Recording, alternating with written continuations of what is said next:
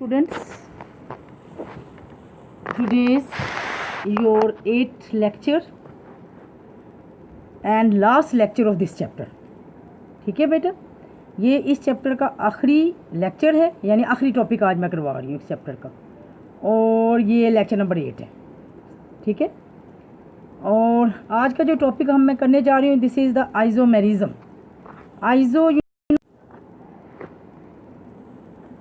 Iso mean same, merism mean different. ठीक है जी बेटा, आइसोमेरिज्म. सो इसकी हम डेफिनेशन इस तरह से करेंगे, compounds having same molecular formula but different structure formula. यानी ये जो कंपाउंड्स होते हैं ना, जिनके मॉलिक्यूलर फार्मूला सेम होते हैं लेकिन उनके स्ट्रक्चर फार्मूला डिफरेंट हो जाते हैं, they are isomer of each other. ठीक है, and the phenomena is known as the isomerism. देखिए, इसकी मैं इसी के आइसोमेरिज्म की एक एग्जांपल आपको दे देती हूँ. ये देखिए, आपके पास ब्यूटेन है. ठीक है, ब्यूटेन के ना दो स्ट्रक्चर्स हैं. एक आपके पास एन ब्यूटेन, मैंने आपको पहले जब क्लासिफिकेशन कराई थी मैंने बताया था एन ब्यूटेन. ठीक है, एन ब्यूटेन जो है इसके जो है वो एन ब्यूटेन, ये देखें बिल्कुल स्ट्रेट चेन है. ठीक है, एन ब्यूटेन जो है ये स्ट्रेट चेन है. और दूसरी आपकी जो है वो आती है ब्रांच चेन, आइसोब्यूटेन. ठीक है, इसमें देखो कार्बन एक उसके सर के, एक कार्बन के ऊपर सर के ऊपर चला गया. CH3 जो है वो एक कार्बन के सर के ऊपर चला गया और एक ब्रांच बना दी. ठीक है, इसको हम कहेंगे isobutane. So these are the two isomer of butane. एक आपकी नॉर्मल ब्यूटेन जिसे हमने एन ब्यूटेन कहा जो कि स्ट्रेट चेन है. दूसरी आपकी आइसोब्यूटेन जो कि ब्रांच चेन है. ठीक है, जिसमें कार्बन जो है उसने एक ब्रांच बना दी है. This is the isomer. देखिए, दोनों ब्यूटेन है, 4 कार्बन और इसके देखिए 4 कार्बन्स हैं और 10 हाइड्रोजन. दोनों के देखें, दोनों में कार्बन, नंबर ऑफ कार्बन भी सेम है, यानी same molecular formula, and number of hydrogen भी सेम है. फ़र्क किस पे आ गया? स्ट्रक्चर पे. एक आपकी स्ट्रेट चेन ब्यूटेन है, दूसरी आपकी आइसोब्यूटेन है. So this is the simple isomer. Isomer की आगे से ना डिफरेंट बेटा टाइप्स हैं. ठीक है, डिफरेंट इसकी ना टाइप्स हैं आइसोमर्स की ना. अच्छा, आइसोमर में क्या है ना, अब ये तो एन ब्यूटेन की आपके पास 2 ही बनी ना, 2 आइसोमर बने, एक है नॉर्मल और एक आइसो. ठीक है, लेकिन जो जो number of carbon atom increase करता जाएगा ना, नंबर ऑफ आइसोमर्स भी इंक्रीज़ करते जाएंगे. एन ब्यूटेन, अगर ब्यूटेन के जो हैं वो 2 हैं तो पेंटेन के 3 हो जाएंगे, हेक्सेन के 4 हो जाएंगे isomers. So as the number of carbon atom increases the number of isomers also increases. ये माइंड में रखिएगा. अच्छा बेटा, कि जो जो number of carbon atom chain लंबी होती जाएगी, आइसोमर भी, नंबर ऑफ आइसोमर्स भी इंक्रीज़ करते जाएंगे. इसके बाद नेक्स्ट आपका बेटा है types of isomers. Now types of isomers में ये है कि isomers of different types.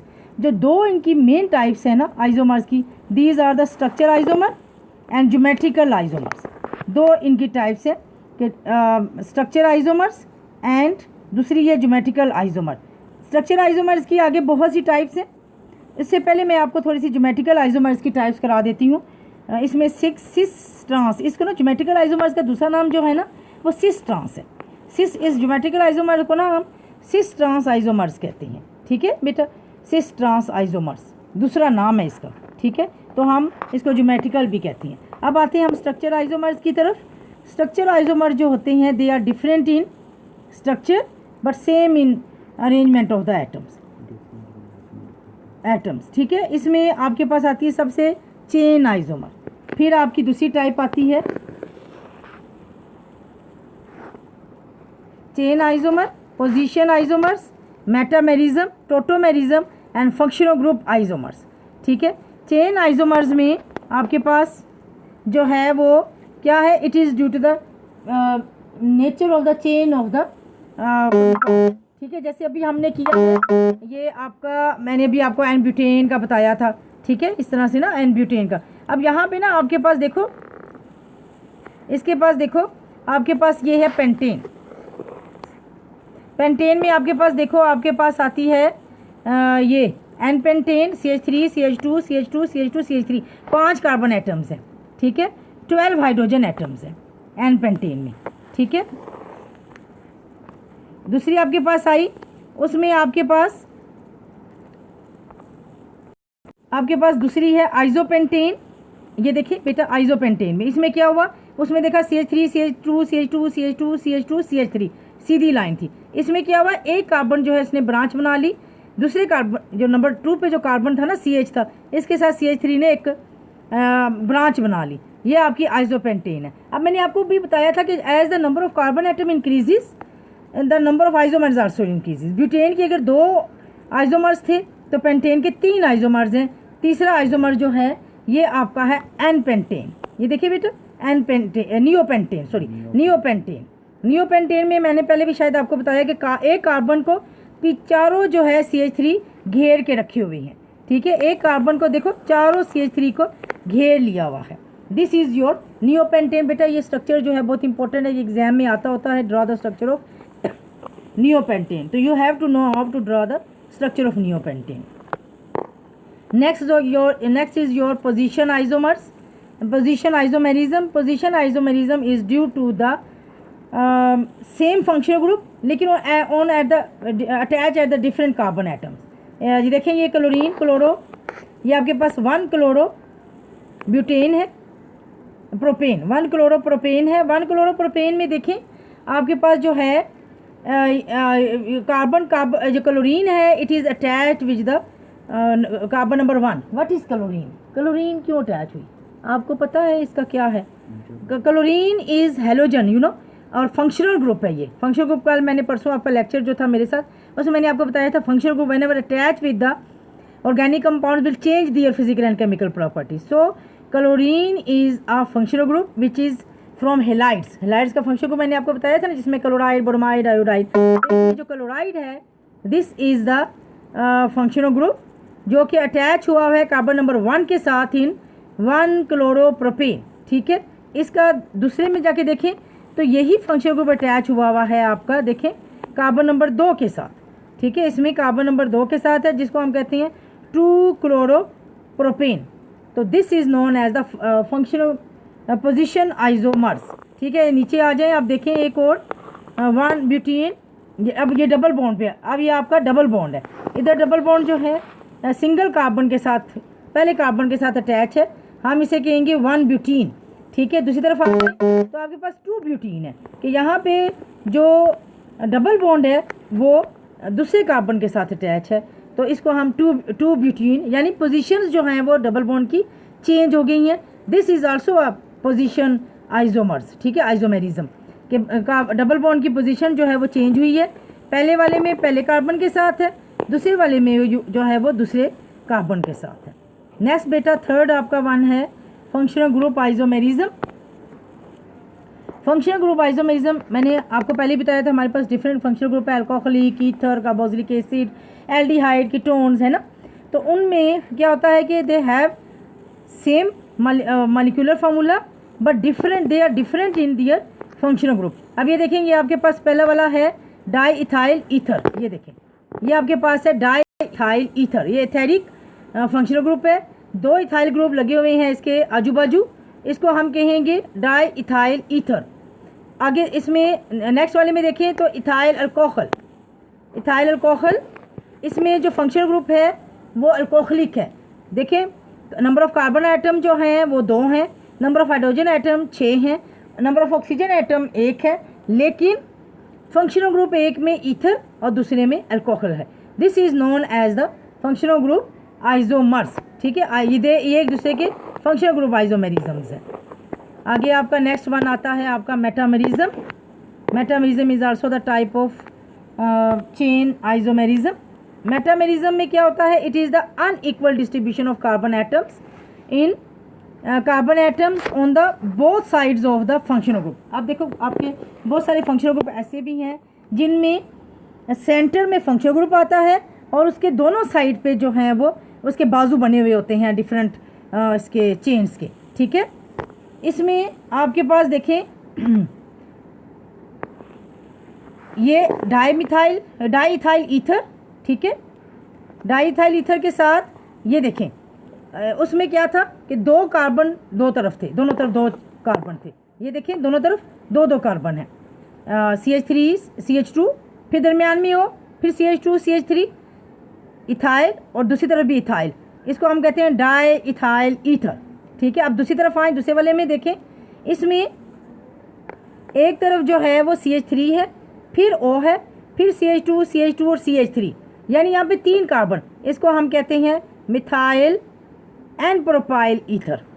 N propyl के ये देखिए चेन वाला प्रोपाइल नहीं है, सीधा सीधा प्रोपाइल है, स्ट्रेट चेन है, तो हम इसे नॉर्मल प्रोपाइल ना, एन प्रोपाइल।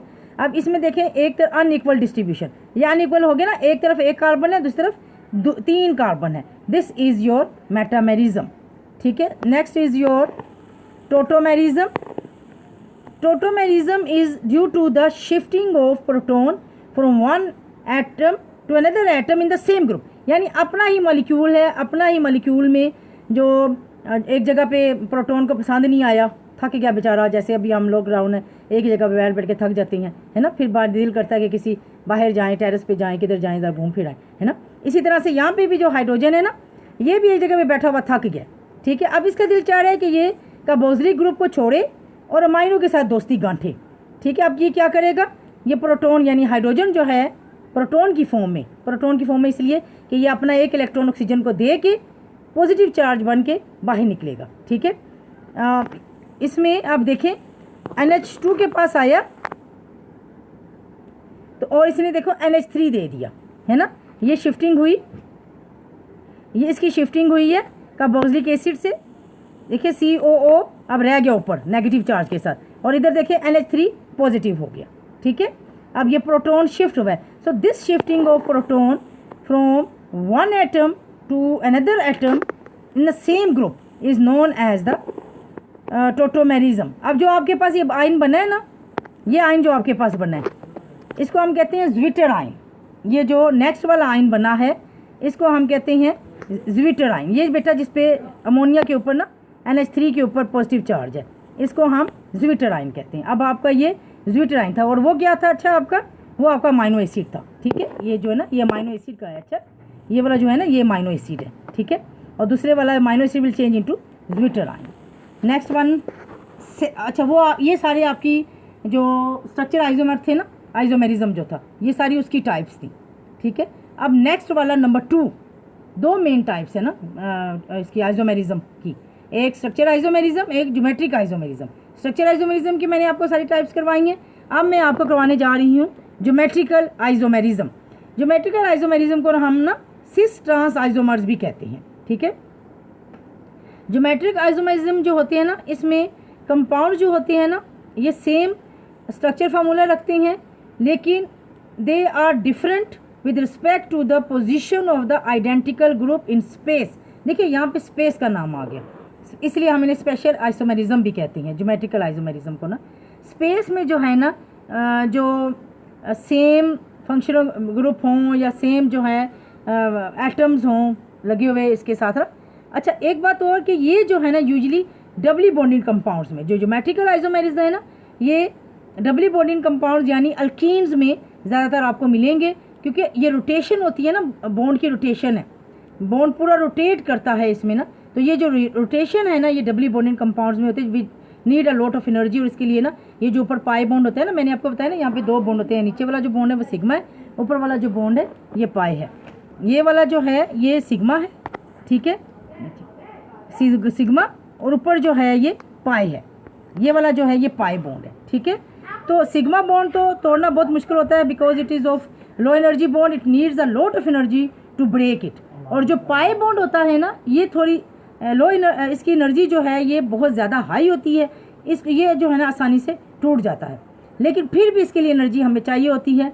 सो जब ये टूटता है ना तो फिर ये बॉन्ड जो हैं ये रोटेट करते हैं और इनकी जगह चेंज होती है। पहले वाला देखें सिस में देखिए CH3 दोनों सेम साइड पे हैं और C कार्बन के साथ ना, और दूसरी तरफ देखें हाइड्रोजन जो है वो दोनों सेम साइज पे हैं।